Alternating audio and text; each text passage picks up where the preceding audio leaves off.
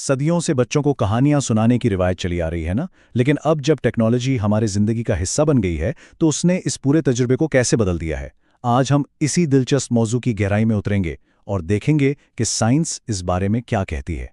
तो चले इस बुनियादी बात से शुरू करते हैं कि कहानियों में ना वाकई बहुत ताकत होती है। ये सिर्फ लफ्ज़ों का खेल नहीं है, बल्कि ये वो ज़रिया है जिनसे हम दुनिया को समझते हैं और अपनी अक़दार सीखते हैं। हम सब ने बचपन में ऐसी कहानियां सुनी है, याद है? जैसे भेड़िया आया या लालची कुत्ता वाली कहानी। ये कहानियां नस्लों से हमें ईमानदारी और कनात जैसे लाजवाल सबक सिखाती आई हैं, और सच पूछें तो यही उनकी असल ताकत है। और अब हम कहानियों के उस रिवायती दौर से निकलकर सीधा डिजिटल दुनिया में आ गए हैं। इलेक्ट्रॉनिक किताबें यानी ई बुक्स एक नया वादा लेकर आई हैं। लेकिन सवाल ये है कि क्या ये वादा वाकई पूरा हो रहा है? देखें, एक आम ख्याल तो यही है कि भाई जितने ज़्यादा फीचर्स हों उतना ही बेहतर है, और मार्केट को देखें तो लगता भी यही है। बच्चों की 75% मकबूल ई बुक्स में इंटरैक्टिव हॉटस्पॉट्स होते हैं, यानी स्क्रीन पर वो जगहें जिन्हें छूने से कुछ न कुछ होता है। लेकिन जब साइंस इस मामले को देखती है ना, तो तस्वीर बिल्कुल ही अलग नजर आती है। 43 मुख्तलिफ स्टडीज़ पर मबनी एक बहुत बड़े मेटा एनालिसिस ने इस आम तासुर के बिल्कुल खिलाफ एक हैरानकुन हकीकत से पर्दा उठाया है। और वो हकीकत ये है कि डिजिटल किताबों के तमाम फीचर्स एक जैसे नहीं होते। तहकीक से ये बात बिल्कुल साफ हो जाती है कि कुछ फीचर्स तो सीखने के अमल को बेहतर बनाते हैं, लेकिन कुछ फीचर्स दरअसल उसमें रुकावट डालते हैं और नुकसान पहुंचाते हैं। तो सवाल ये है कि आखिर ये फायदेमंद और नुकसानदेह फीचर्स हैं क्या? अच्छा, साइंस ने इन्हें दो बिल्कुल वाज़ेह कैटेगरीज में तकसीम किया है। आइए देखते हैं कि वो क्या हैं। यहाँ इस फ़र्क को बिल्कुल वाज़ेह तौर पर देखा जा सकता है।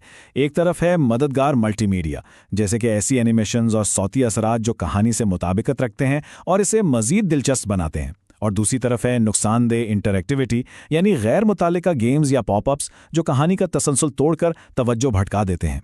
तो सवाल ये है कि ये मददगार मल्टीमीडिया इतना मौसर क्यों है?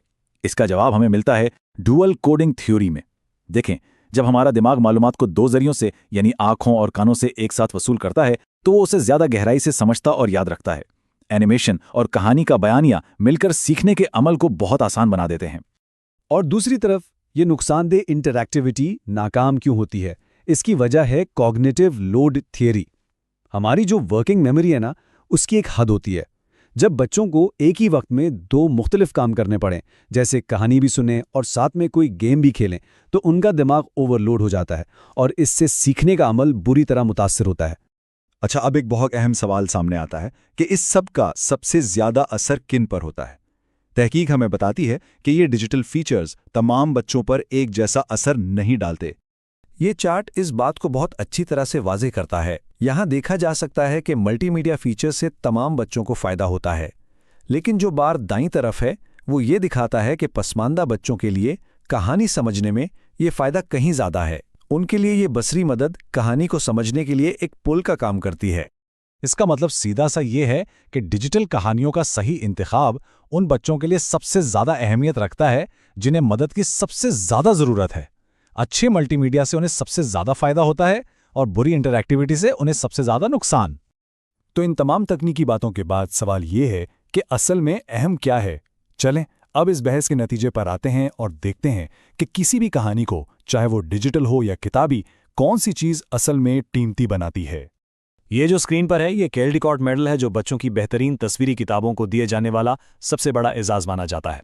और ये हमें याद दिलाता है कि टेक्नोलॉजी के फीचर्स से कहीं ज़्यादा अहम खुद कहानी का फ़न, उसका बयानिया और उसकी तस्वीर कशी है।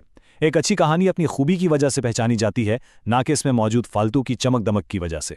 तो आखिर में सवाल यही रह जाता है, अगली बार जब हम किसी बच्चे के साथ कोई डिजिटल कहानी शेयर करें तो हमें खुद से ये पूछना होगा कि क्या हम एक शाहकार चुन रहे हैं जो उनके जहन को वुसअत देगा, या फिर महज एक ऐसी चीज़ जो उनकी तवज्जो भटकाएगी। इंतखाब हमारा है।